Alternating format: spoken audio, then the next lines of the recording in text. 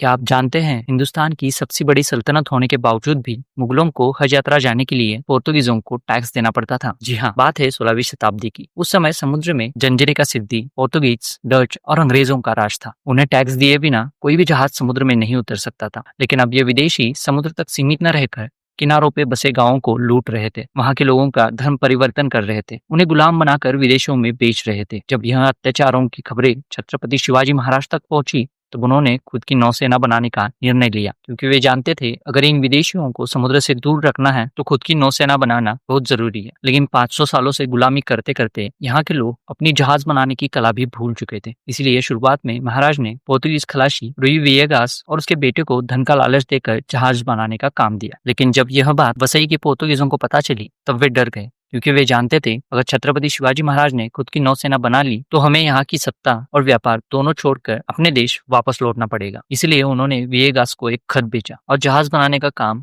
बंद करने का आदेश दिया। एक रात वियेगास अपनी टीम को लेकर जहाज बनाने का काम अधूरा छोड़कर वहां से भाग गया। अब कैसे बनेंगे जहाज और कैसे बनेगी शिवाजी की नौसेना, ऐसे पोर्तुगीजों को लगने लगा। लेकिन छत्रपति शिवाजी महाराज को यूं ही महान राजा नहीं कहा जाता। उनको पहले से ही इन विदेशियों पे थोड़ा सा भी भरोसा नहीं था। इसीलिए महाराज ने पहले से ही वियेगास की टीम में आसपास के गांवों के मराठा युवाओं को काम पे रखा था, ताकि अपने लोग भी यह काम सीख सकें। आगे जाके इन्हीं मराठा युवाओं ने जहाजों का अधूरा बचा हुआ काम पूरा कर लिया। उस समय अंग्रेजों को अपने जहाजों पे बहुत ज्यादा घमंड था, लेकिन मराठों से हुए एक युद्ध में अंग्रेजों का यह घमंड भी टूट गया। अंग्रेजों के हंटर और रिवेंज इन लड़ाकू जहाजों को मराठों के छोटे और तेज जहाजों ने हरा दिया। महाराज ने सिंधुदुर्ग, विजयदुर्ग और खंदेरी जैसे जलदुर्ग बनाए। 400 से ज्यादा जहाजों के साथ मराठा नौसेना ने समुद्री सीमाओं की रक्षा की। गलबत, गुराब, पाल जैसे कई सारे जहाज मराठों की नौसेना में शामिल थे। उस समय हिंदुस्तान में ऐसा एक भी राजा नहीं था जिसकी खुद की नौसेना थी, लेकिन छत्रपति शिवाजी महाराज ने यह काम करके दिखाया था। इसलिए उन्हें